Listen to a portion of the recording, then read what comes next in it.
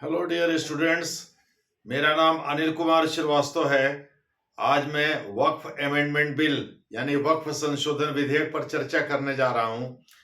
31 सदस्यीय इस विधेयक का समिति या विधेयक रिव्यू समिति आप कह सकते हैं, यानी इस 1995 के विधेयक की समीक्षा के लिए अगस्त 2024 में एक समिति बनी थी, जिसकी अध्यक्षता बीजेपी विधायक बीजेपी सांसद लोकसभा के मेंबरान जगदम्बिका पाल ने किया था।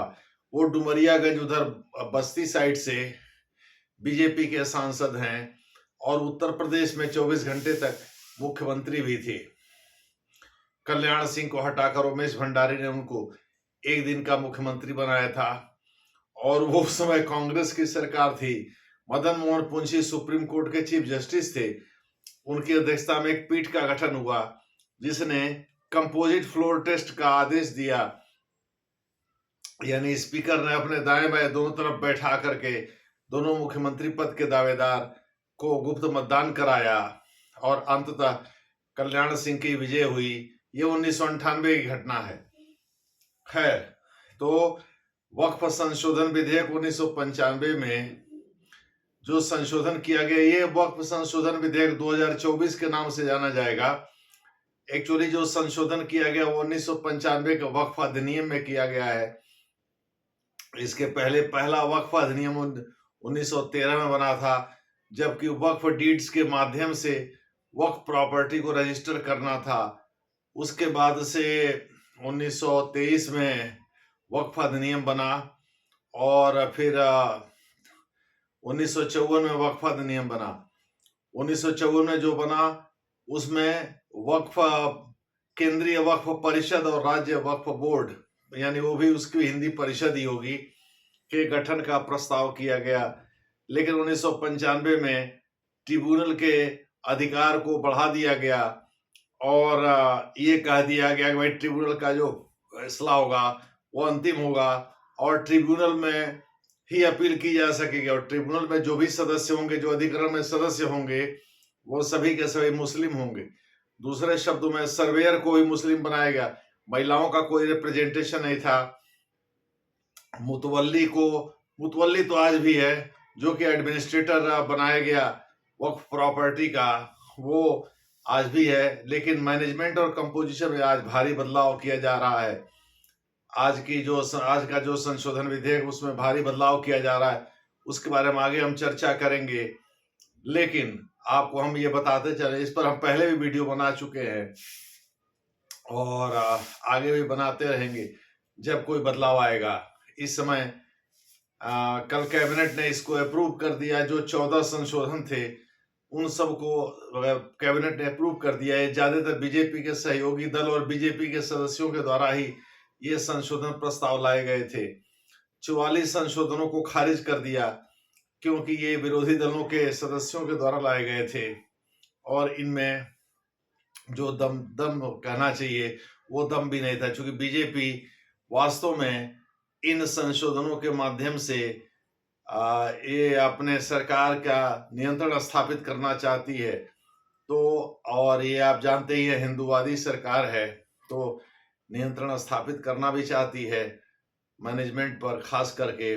इसलिए उसने ये संशोधन प्रस्तावित किया है। चूंकि अब ये कानून के माध्यम से ही हो सकता है, चूंकि संसद ऑलरेडी इस पर कानून बना चुका है, तो इसलिए इसमें संशोधन जरूरी बीजेपी की सरकार ने समझा और तदनुसार उसने अपने सहयोगी दलों जैसे जेडीयू के सांसद या टीडीपी के सांसद के द्वारा, श्री राम येलू जो टीडीपी के सांसद हैं, या जेडीयू के सांसद जो हैं, या बीजेपी के राधा मोहन दास अग्रवाल है, राज्यसभा के मेंबर हैं, इन लोगों के सुझावों को शामिल करते हुए उसने यह संशोधन प्रस्तावित किया है। वहीं विरोधी दलों जैसे असदुद्दीन ओवैसी एआईएम के अध्यक्ष हैं ऑल इंडिया के, तो उनके आरोपों को खारिज कर दिया है। इसी प्रकार से जो विरोधी दलों में कांग्रेस है या अन्य लोग हैं, उनके प्रस्तावों को खारिज कर दिया है इस समिति ने और बीजेपी के 14 प्रस्तावों को शामिल यानी 44 प्रस्तावों को खारिज कर दिया है, 14 प्रस्तावों को शामिल कर लिया है और तदनुसार संशोधन भी कर दिया गया है। इसी के अनुसार टाइप कर दिया गया मटेरियल को। तो इसमें हम देखेंगे क्या क्या संशोधन किए गए हैं, क्या क्या चीजें प्रस्तावित हैं। आपको बता दें 1913 में जो संशोधन विधेयक आया था उसके तहत वक्फ डीड्स को रजिस्टर करने की बात थी और 1923 में जो संशोधन आया था वक्फ प्रॉपर्टी को रजिस्टर करने की बात थी। वक्फ प्रॉपर्टी तभी वक्फ की मानी जाएगी जब उसका रजिस्ट्रेशन प्रॉपर अप्रोप्रिएट हो जाएगा। और 1937 में एक पर्सनल लॉ संबंधी शरीयत संबंधी एप्लीकेशन का भी कानून बना था जिसमें शरीयत के अनुसार केवल मुस्लिम ही पर्सनल लॉ बोर्ड में हो सकते थे, यानी वक्फ बोर्ड में हो सकते थे। कोई भी मुसलमानों से संबंधित जो फैसले हैं वो शरीयत के अनुसार ही तय किए जाएंगे, जाहिर है मुसलमान ही इसमें शामिल किए जाएंगे। और 1995 में 1954 में सेंट्रल वक्फ काउंसिल और राज्य वक्फ बोर्ड के गठन का प्रस्ताव किया गया। 1995 में ट्रिब्यूनल के अधिकारों को बढ़ा दिया गया और ट्रिब्यूनल में 8 से 12 सदस्यों के सेंट्रल वक्फ काउंसिल और राज्य वक्फ बोर्ड में 8 से 12 सदस्यों के होने का प्रस्ताव किया गया। साथ ही ट्रिब्यूनल और सर्वेयर केवल मुस्लिम ही हो सकते हैं, ट्रिब्यूनल में केवल मुस्लिम ही होंगे और वो जो फैसला देंगे उस फैसले को किसी कोर्ट में चुनौती नहीं दी जा सकेगी, केवल ट्रिब्यूनल में ही चुनौती दी जा सकेगी अप्रोप्रिएट प्रोसीडिंग के माध्यम से और ट्रिब्यूनल ही उस पर फैसला ले सकता है। इसी प्रकार से इसमें मुसलमानों को ही तरजीह दिया गया, यानी सेंट्रल वक्फ काउंसिल जो है जो कि मिनिस्ट्री ऑफ माइनॉरिटी अफेयर्स के अधीन काम करता है, उसका हेड कोई मुस्लिम होगा। नए विधेयक में थोड़ा बदल दिया गया है इसको। और लाइन ऑफ सक्सेशन में अगर लड़का है तब तो ठीक है, नहीं तो उसके बाद लाइन ऑफ सक्सेशन यानी उत्तराधिकार की रेखा को अंतिम मान लिया जाएगा और उत्तराधिकार के आधार पर जो संपत्ति उत्तराधिकारी को मिल सकती थी वह संपत्ति अब वक्फ की हो जाएगी। पुराने वाले 1995 वाले विधेयक में या कानून में या एक्ट में यह व्यवस्था थी, वो तो एक्ट बन गया था, वो लागू भी कर दिया गया था, वो कानून भी बन गया था।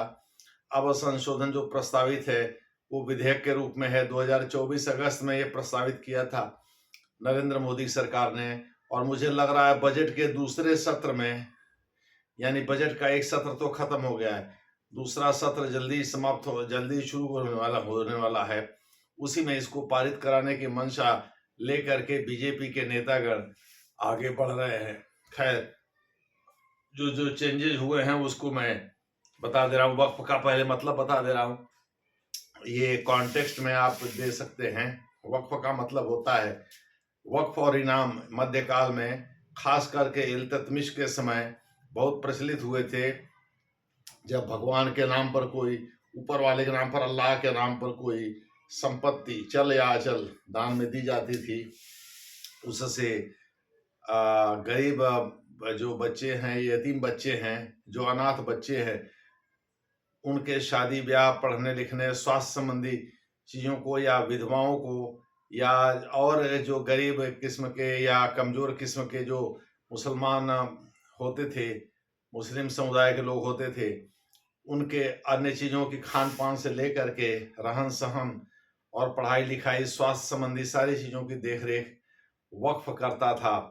वक्फ का मतलब होता है ईश्वर के नाम पर दी गई संपत्ति, दान में दी गई संपत्ति, तो उसी को लेकर के आगे बढ़े थे मध्यकाल में इल्तुतमिश। इसीलिए कई बार प्रश्न उठता है कि इल्तुतमिश ने अपने परोपकारी कार्यों के माध्यम से मोहम्मद बिन तुगलक को ओवरशैडो कर दिया था, आच्छादित कर दिया था। तो बात सही भी है, बहुत ज्यादा कल्याणकारी कार्य किया था इल्तुतमिश ने, खास करके गरीब मुसलमानों के लड़के लड़कियों के लिए, यतीम मुसलमानों के लड़के लड़कियों के लिए बहुत काम किया था उसने। तो हम लोग वक्फ को पहले डिफाइन करेंगे, उसके बाद देखेंगे इसमें क्या क्या संशोधन किए गए हैं। जैसे वक्फ का इस्तेमाल कहाँ कहाँ होता है, इसमें आपको बताना है कि जो कब्रिस्तान होता है जहाँ के लोगों को दफनाया जाता है मरने के बाद, उसकी देखरेख करता है वक्फ। शैक्षणिक संस्थानों और स्वास्थ्य सुविधाओं का ध्यान रखता है और वित्तीय सहायता देता है, आर्थिक सहायता देता है उन बच्चों को जो गरीब या यतीम होते हैं, अनाथ होते हैं, या उन गरीब मुसलमानों को देता है जो अपने तय चीजें नहीं कर सकते और उनके जीवन को बेहतर बनाने की कोशिश करता है। ये कॉन्करेंट लिस्ट यानी समवर्ती सूची का विषय है। यह राज्य सरकार भी इस पर कानून बना सकती है, जैसे कि वक्फ अधिनियम 1995 बना तो उत्तर प्रदेश की सरकार ने भी और पश्चिम बंगाल की सरकार ने भी इस पर कानून बनाया। हालांकि 1995 के द्वारा ये कह दिया गया था राज्यों का कोई कानून नहीं होगा, राज्य जो वक्फ बोर्ड थे उनको भी परिभाषित कर दिया था इसी में। इसलिए उत्तर प्रदेश और पश्चिम बंगाल के जो नियम थे, जो अधिनियम थे, हालांकि ये पहले प्रस्तावित थे, पहले बने थे, उनको रद्द कर दिया गया था 1995 के संसद के अधिनियम द्वारा। आपको पता ही है यहाँ अनुच्छेद 254 लागू होता है और इस संबंध में संसद द्वारा बनाया गया कानून पूरे देश में प्रभावी हो जाता है। राज्य के द्वारा बनाया गया कानून तभी प्रभावी होता है जब राष्ट्रपति ने उसको पहले सहमति दे दी, और राष्ट्रपति की मर्जी के लिए उसकी सहमत के लिए उसे आरक्षित किया गया है, तो अनुच्छेद 200 201 के अंतर्गत। तो इस प्रकार से सबसे पहले 1913 में यह कानून बना था। आपको पता ही बताया था मैंने, जैसा कि उस समय वक्फ डीड्स के माध्यम से आप वक्फ संपत्ति अधिग्रहित कर सकते थे। 1923 में वक्फ संपत्तियों के पंजीकरण की व्यवस्था की गई और 1954 में सेंट्रल यानी केंद्रीय वक्फ परिषद और राज्य वक्फ बोर्ड के गठन का प्रस्ताव किया गया। 1995 में ट्रिब्यूनल यानी अधिकरण के क्षेत्राधिकार को व्यापक बनाया गया। ये कह दिया गया कि भाई ट्रिब्यूनल जो फैसला देगा वही अंतिम होगा, उसके खिलाफ आप हाई कोर्ट या सुप्रीम कोर्ट नहीं जा सकते, यानी किसी अन्य अदालत में अपील नहीं कर सकते। आपको ट्रिब्यूनल में ही, अगर आपकी कोई आपत्ति है तो ट्रिब्यूनल यानी अधिकरण में ही आप अपील कर सकते हैं। आपको बता दें कि इस प्रकार से उत्तर प्रदेश और बंगाल, पश्चिम बंगाल की सरकार के द्वारा बनाए गए कानून को भी रद्द कर दिया गया था।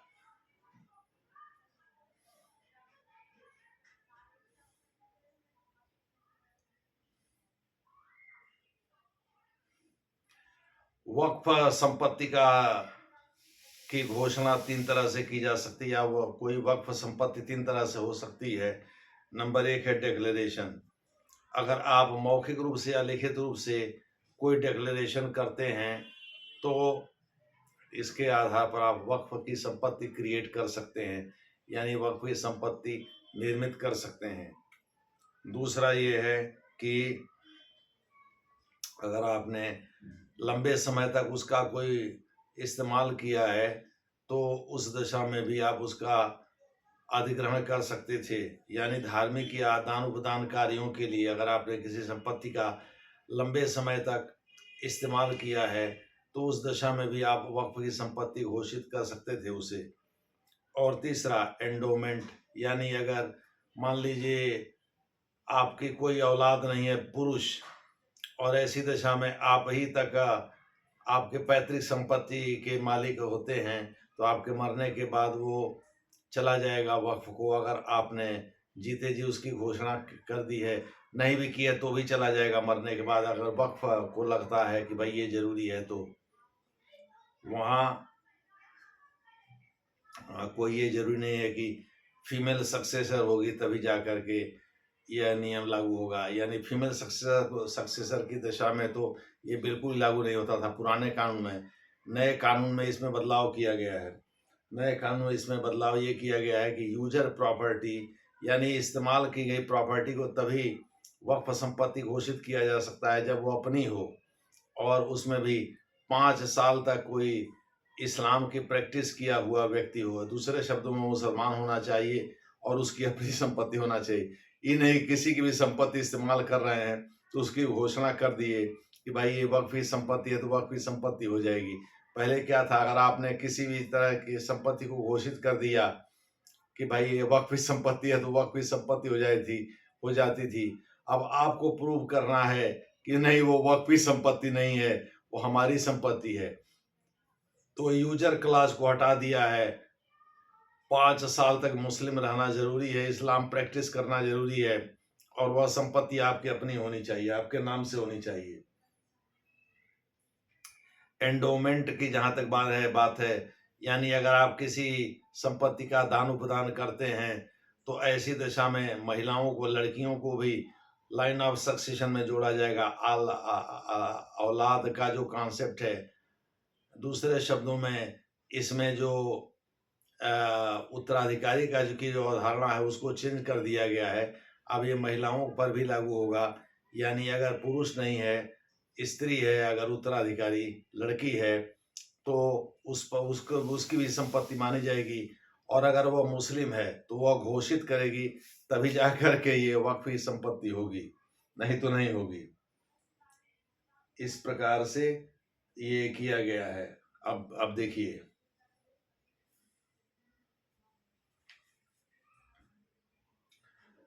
जो 24 अगस्त में घोषणा की गई है सितंबर में, उसके अनुसार 8 यानी वक्फ संशोधन विधेयक की घोषणा जब से हुई है, अगस्त में की गई थी। सितंबर से में तो ये से प्रस्तावित किया गया था जब पार्लियामेंट का पहला सेशन चल रहा था।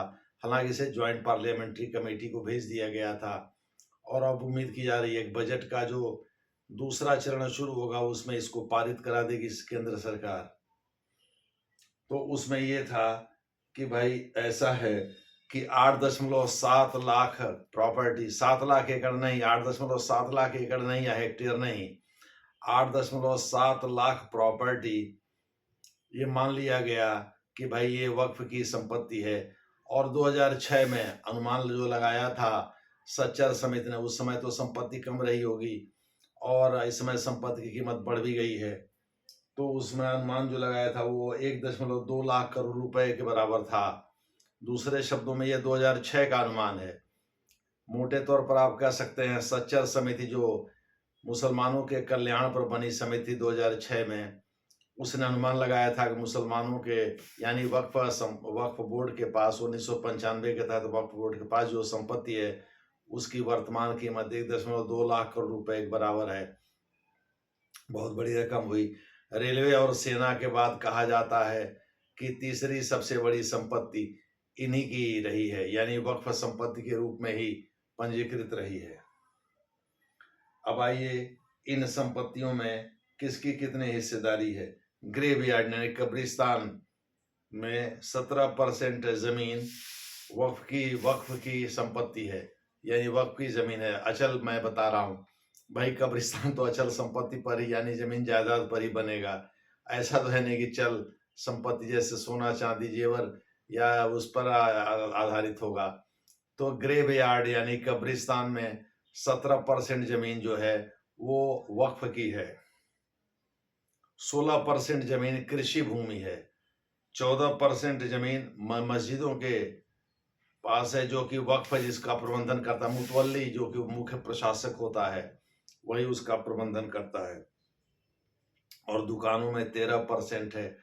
मोटे तौर पर आप कह सकते हैं कि 17% यानी जो कब्रिस्तान की जमीन वक्फ के पास है या वक्फ जिसका मालिक है, सबसे ज्यादा कब्रिस्तान उस पर बने हुए हैं।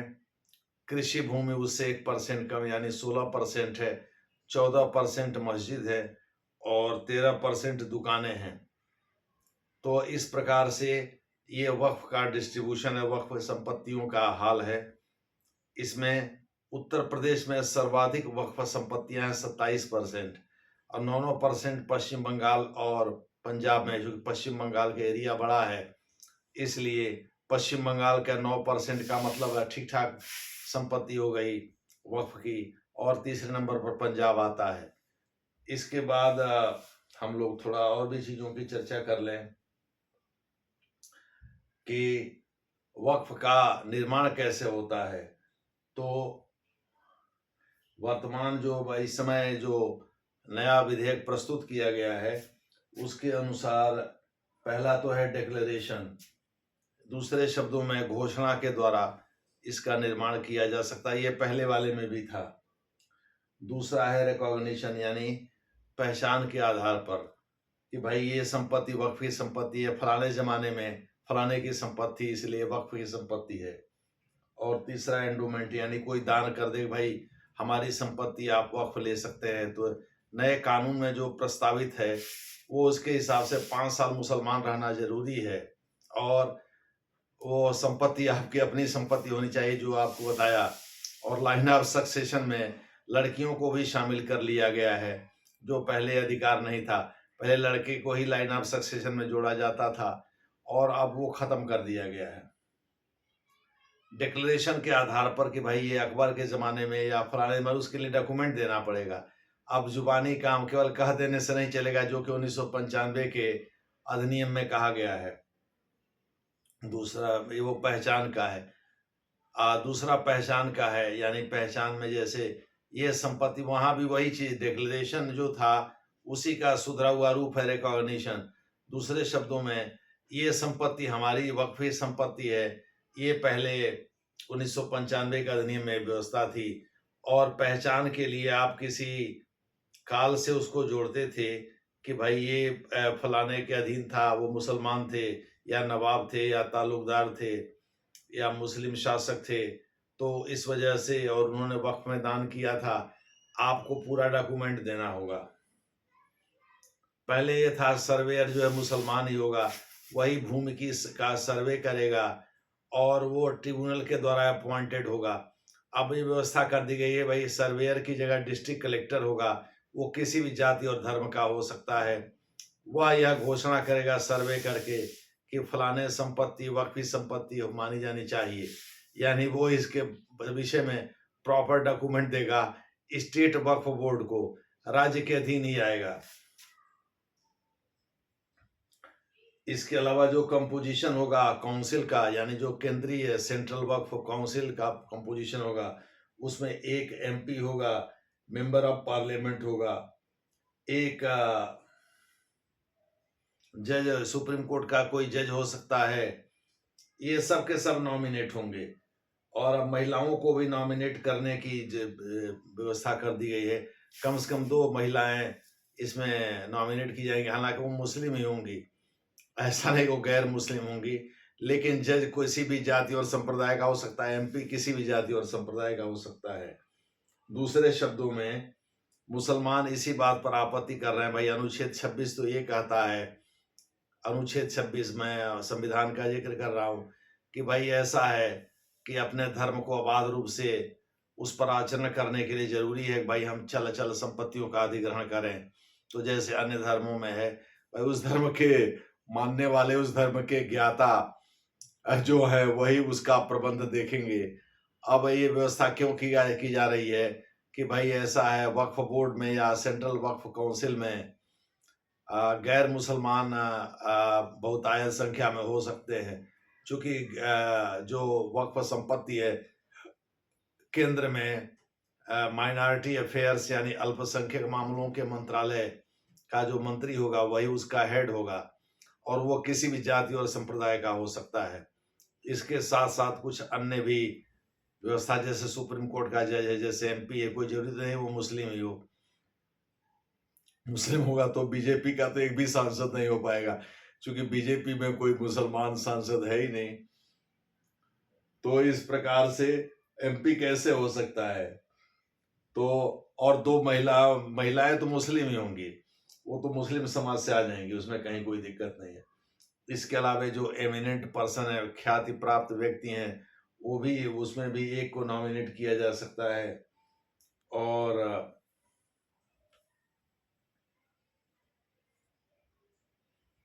बस ठीक है। एक राज्य स्टेट बोर्ड की चर्चा कर दे रहा हूँ, वक्फ बोर्ड की चर्चा कर दे रहा हूँ जो राज्य में होगा, यानी केंद्र का तो मैंने आपको बता ही दिया, लेकिन अब मैं राज्य का जिक्र करने जा रहा हूँ। यानी केंद्र के साथ साथ राज्य वक्फ बोर्ड का भी जिक्र कर देता हूँ। यहाँ उस राज्य के वक्फ बोर्ड में एक एमपी लोकल हो सकता है, एक एमएलए या एमएलसी हो सकता है, एक कोई भी ऐसा व्यक्ति हो सकता है जो बार काउंसिल से जुड़ा हो। ये कोई जरूरी नहीं कि ये सभी मुस्लिम ही हो, ये गैर मुस्लिम भी हो सकते हैं। वहां भी 2 महिलाएं जो मुस्लिम समाज से होंगी, उनको मनोनीत करने की व्यवस्था की गई है। मनोनीत ही होंगे, यहाँ चुनाव की कोई व्यवस्था नहीं है। पहले वाले 1995 के वक्फ अधिनियम में चुनाव की व्यवस्था थी, लेकिन वर्तमान जो कानून है, यानी जो संशोधन विधेयक है, उसमें जो प्रस्ताव किया गया उसमें सभी मनोनीत ही होंगे, यानी चुनाव की कोई व्यवस्था नहीं है। तो इस प्रकार से एक एमपी, एक एमएलए या एमएलसी, एक बार काउंसिल का सदस्य, ये तो दो महिलाएं जो मुस्लिम समाज से ही होंगी, वो इसमें वक्फ बोर्ड में आएंगी। दूसरे शब्दों में वक्फ बोर्ड में सुप्रीम कोर्ट के जज की अनिवार्यता नहीं है, वो शामिल नहीं किया जाए। तो हाई कोर्ट का जो कोई जज हो सकता है, एमिनेंट पर्सन में कोई भी हो सकता है, प्रख्यात व्यक्ति में। और यही नहीं,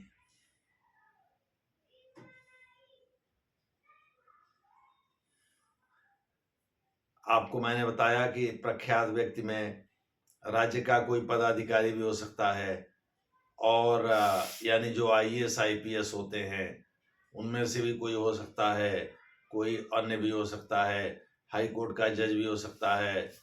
इसके अलावा बार काउंसिल का सदस्य होगा। बार काउंसिल का सदस्य कोई जज तो होता नहीं है, वो तो वकील होते हैं। तो बार काउंसिल के एक सदस्य को भी मनोनीत किया जाएगा। वो कोई जरूरी नहीं है कि वो मुसलमान ही हो, वो गैर मुस्लिम भी हो सकता है। ये राज्य वक्फ बोर्ड की व्यवस्था है।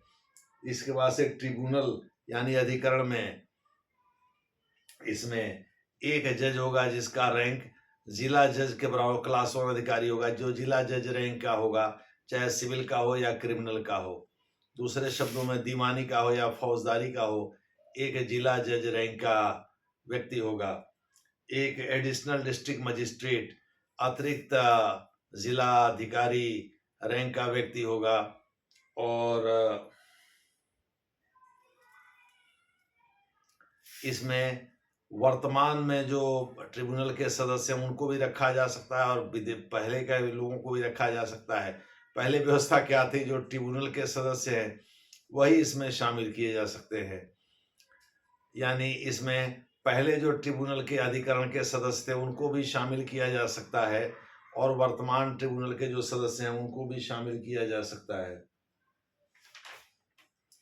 और ट्रिब्यूनल अधिकरण के फैसले खिलाफ आपको जरूर, पहले वाले कानून में ये था कि भाई ऐसा है कि आप अधिकरण के फैसले खिलाफ केवल अधिकरण में ही अपील कर सकते थे, और अधिकरण में चूंकि सब मुस्लिम ही होते थे, तो गैर मुस्लिम की अगर जब जैसे एक सज्जन है तो माघ मेला जो जहाँ लगा है, कुंभ, जहाँ इस बार महाकुंभ का आयोजन किया गया था प्रयागराज में, उसको भी वक्फ की संपत्ति बता दिया था। तो वो पहले 1995 के कानून के अनुसार अगर उन्होंने किसी संपत्ति को वक्फ की संपत्ति बता दिया तो उसको बहुत ज्यादा प्रूव करने की जरूरत है, ट्रिब्यूनल फैसला करेगी।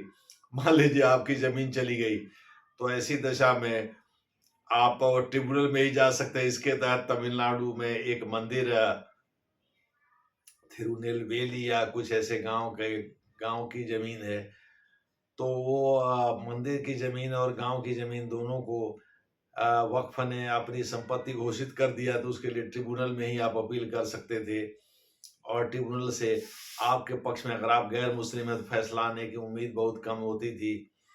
तो इस प्रकार से, इसी प्रकार से द्वारका या उधर गुजरात में 2 जगह और भी वक्फ की संपत्ति घोषित कर दिया गया था कि भाई ये भी वक्फ की संपत्ति है। इसी प्रकार से और भी जगहों पर वक्फ की संपत्ति घोषित कर दिया गया था। कई जगहों को हिमाचल प्रदेश वगैरह में, जो कि वक्फ की संपत्ति का कोई प्रमाण नहीं देना था पहले वाले कानून के अंतर्गत, लेकिन कर्नाटक में भी कर दिया गया था। तो इसमें कांग्रेस तो मौन है, भाई उसको तो अपना वोट बैंक देखना है।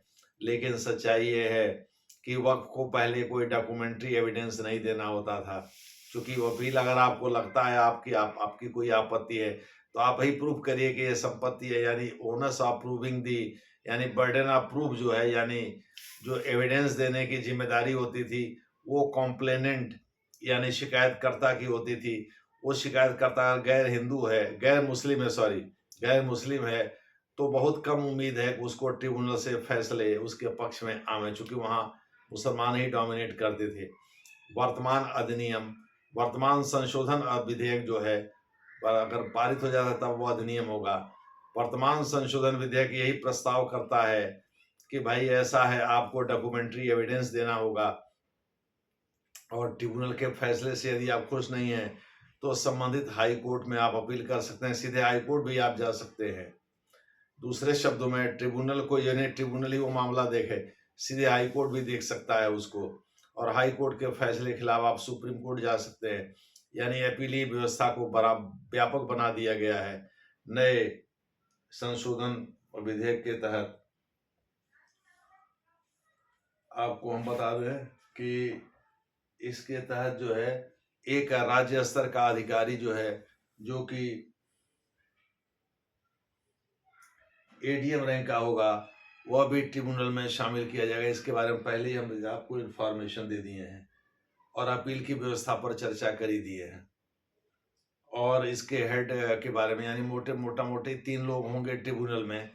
3 लोगों में एक तो जज होगा जो कि जिला जज रैंक का होगा, जो क्लास 1 होगा, जो सिविल या क्रिमिनल यानी दीवानी या फौजदारी के मामले देखता हो, दोनों में से कोई भी हो सकता है।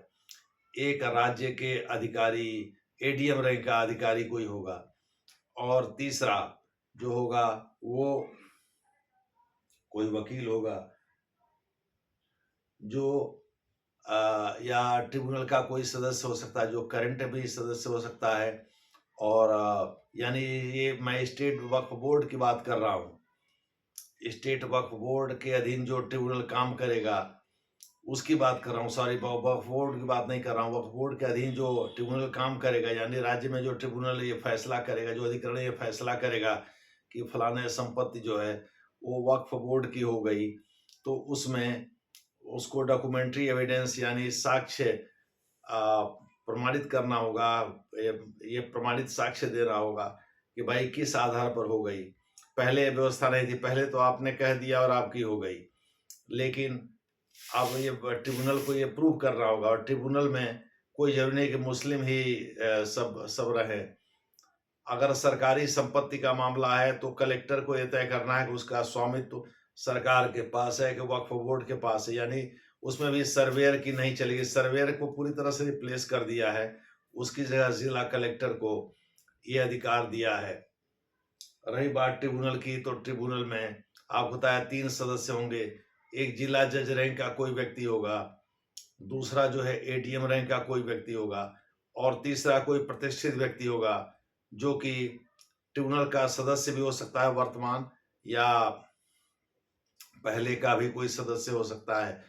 पहले वाले 1995 के अधिनियम में पहले वाली यानी फार्मर मेंबर की व्यवस्था नहीं थी। ठीक है, करंट मेंबर की व्यवस्था थी, लेकिन फार्मर मेंबर की व्यवस्था नहीं थी। इसमें फार्मर मेंबर की व्यवस्था कर दी गई है। और अपील के बारे में आपको बता दिया कि इसके फैसले के खिलाफ आप संबंधित हाई कोर्ट जा सकते हैं। हाई कोर्ट सीधे भी इस मामले में दखल दे सकता है। यानी मोटा मोटी जो चेंजेस हुए हैं उसके बारे में हम बता देते हैं। पहले 8 से 12 सदस्य होने थे, और इनमें इलेक्टेड मेंबर्स भी होने थे, नॉमिनेटेड मेंबर्स भी होने थे।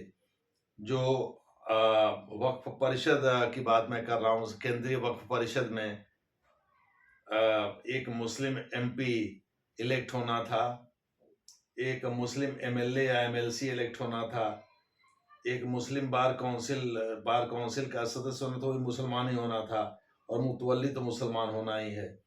लेकिन वर्तमान व्यवस्था में 11 सदस्य हो सकते हैं। वो सेंट्रल वक्फ काउंसिल में भी होंगे और स्टेट वक्फ बोर्ड में भी होंगे, यानी दोनों जगह 11 सदस्य हो सकते हैं, और ये सभी के सभी मनोनीत किए जा सकते हैं। और नॉमिनेटेड लोग नॉन मुस्लिम भी हो सकते हैं। जैसे एक चेयरपर्सन होगा, चेयरपर्सन तो जो माइनॉरिटी अफेयर्स मिनिस्ट्री का जो मंत्री होगा वही होगा।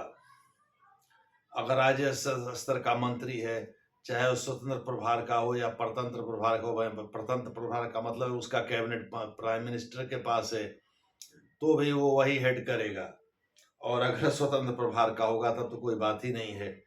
स्वतंत्र प्रभार का मतलब है कि उसका प्राइम मिनिस्टर कैबिनेट देखेगा, और परतंत्र प्रभार का मतलब है कि उसके ऊपर ठीक कोई कैबिनेट मिनिस्टर होगा, तो जो कैबिनेट मिनिस्टर होगा वो हेड करेगा परतंत्र वाले। मैंने थोड़ा उल्टा बता दिया था, मैं उसको दुरुस्त कर रहा हूँ। और इसमें जो है सीधे सीधे कोई स्वतंत्र प्रभार वाले में कोई ऐसा मंत्री इसको हेड करेगा जो स्वतंत्र प्रभार माइनॉरिटी अफेयर्स का देख रहा है। दूसरे शब्दों में, पहले मुख्तार अब्बास नकवी स्वतंत्र प्रभार के ही मंत्री थे, बाद में उनको कैबिनेट मंत्रालय दे दिया गया था। दूसरे शब्दों में, इस समय तो मुख्तार अब्बास नकवी नहीं है कोई मंत्री। इसके बाद दो पेशेवर लोग ही इसमें शामिल हो सकते हैं, और एक राज्य सरकार का कोई राज्य सरकार कोई अधिकारी भी शामिल किया जा सकता है। एक बार काउंसिल का सदस्य भी शामिल किया जा सकता है। राज्य सरकारें मनोनीत करके उनको राज्य वक्फ बोर्ड में भेजेंगी, और केंद्र का आपको बता ही दिया हमने, केंद्र में सभी मनोनीत होंगे, राज्य में भी सभी मनोनीत होंगे, और गैर मुसलमानों की संख्या डोमिनेट करेगी। 80% तक गैर मुसलमान हो सकते हैं। 20% जैसे मुसलमान जो होंगे उनके लिए जरूरी है कि वो मुतवल्ली मुसलमान ही होगा। एक स्कॉलर जो इस्लामिक थियोलॉजी यानी इस्लामिक धर्मशास्त्र का जो विद्वान होगा, चाहे वो शिया सुन्नी किसी भी संप्रदाय से आता हो, तो वह इसमें शामिल थे, वही मुसलमान होगा। और पंचायत और नगर पालिका के 2 सदस्य होंगे जो मनोनीत किए जाएंगे राज्य वक्फ बोर्ड में, वो भी मुसलमान ही होंगे। लेकिन पहले क्या था, पहले राज्य सरकार का जो ऑफिसर था वो मनोनीत किया जाता था, पंचायत की कोई व्यवस्था नहीं थी। दूसरे शब्दों में, मुतवल्ली तो पहले भी होते थे, राज्य सरकार का अधिकारी वो भी मुसलमान ही, माने सब मुसलमान ही होते थे। एक मुस्लिम पेशेवर भी होता था, 2 स्कॉलर होते थे, वो सब भी मुसलमान ही हो सकते थे, चाहे वो शिया के धर्म के ज्ञाता हों या सुन्नी धर्म के ज्ञाता हों, लेकिन सभी मुसलमान ही होने थे। अब ऐसी बात नहीं है। अब मतलब ये है कि जो गैर मुस्लिम होंगे उनकी संख्या ज़्यादा हो सकती है, यानी 11 में से हो सकता है कि 8 जो हैं गैर मुस्लिम हों और 3 मुस्लिम हों। 3, हाँ, एक मुतवल्ली मुस्लिम हो जाएगा, एक इस्लामिक धर्मशास्त्र का विद्वान मुस्लिम हो जाएगा, और 2 पंचायत के मेंबर, 4 आप कह सकते हैं, 7-4 का रेशियो होगा। दूसरे शब्दों में 7 गैर मुस्लिम हो सकते हैं और 4 मुस्लिम हो सकते हैं। तो इस प्रकार से, और सभी के सभी नॉमिनेट होंगे, इलेक्ट करने की कोई व्यवस्था नहीं। पहले क्या था, इलेक्शन की व्यवस्था थी, और इलेक्शन के द्वारा जो है 4 तरह के लोग आ सकते थे, मनोनीत भी किए जा सकते थे, चुनाव के आधार पर भी आ सकते थे। उसमें एक MP हो सकता था, वो भी मुसलमान ही होना था, एक MLA या MLC होता था, वो भी मुसलमान ही होना था। राज्य वक्फ बोर्ड की मैं बात कर रहा हूँ, और एक मुस्लिम बार काउंसिल का सदस्य होता था, वो भी मुसलमान ही होता था। और मुतवल्ली तो मुसलमान होता ही था, जो एडमिनिस्ट्रेटर होता था या प्रबंधन देखता था वक्फ संपत्तियों का। सबसे ज्यादा आपत्ति किस चीज को लेकर के थी? आपत्ति सबसे ज्यादा ये थी कि भाई कहीं ऐसा तो नहीं है कि जिन संपत्तियों को वक्फ के अधीन लाया जा रहा वो उसको दुकान वगैरह में दे, जैसे कहा जाता है असदुद्दीन ओवैसी पर ये चार्ज लगाया जाता है कि भाई वो कितने लाख रुपए उनको हर महीने किराए के रूप में मिलते हैं। ओल्ड हैदराबाद में उन्होंने वक्फ की संपत्ति पर कब्जा करके उसको दुकान में कन्वर्ट करके और उसको किराए पर लगा दिया है। यही आरोप मदनी परिवार पर भी लगता रहा है, जो कि देवबंद में चाचा और भतीजा है मदनी, उन पर भी आरोप लगता रहा है कि उन्होंने वक्फी संपत्ति को अपने नाम करा लिया मुतवल्ली को मिला करके, और मुतवल्ली भी अपने हिसाब अपने फेवर का रख लिया। और इस तरह से भू माफिया निजी तौर पर वो लोग बने, उनके लड़के पर भी आरोप है कि उन्होंने महाराष्ट्र में किसी संपत्ति को अपने नाम से करा लिया, उस पर दुकान बना करके उसको रेंट पर दे दिया, तो अच्छा खासा रेंट मिल रहा है महीने में।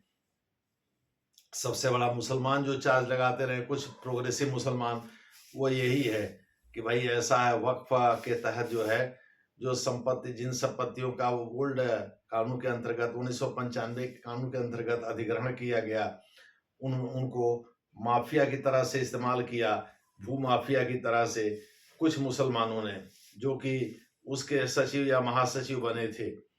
दूसरे शब्दों में, पहले की व्यवस्था में यही नरेंद्र मोदी की सरकार ने संशोधन विधेयक प्रस्तुत करते हुए बात कही है कि पहले की व्यवस्था में जो मुसलमान, कुछ चालाक मुसलमान थे, उन लोगों ने भू माफियागिरी प्रैक्टिस करना शुरू कर दिया था इसके तहत। इसलिए इसमें संशोधन जरूरी है ताकि सही अर्थ में गरीब बच्चों का, गरीब मुस्लिम, यतीम मुस्लिम बच्चों का, अनाथ मुस्लिम बच्चों का या विधवाओं का कल्याण किया जा सके, या गरीब लोगों का, गरीब मुसलमानों का कल्याण किया जा सके, जिसके लिए वक्फ की संपत्ति बनाने की व्यवस्था की गई है।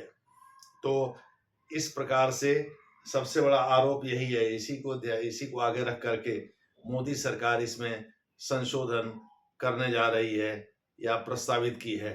धन्यवाद।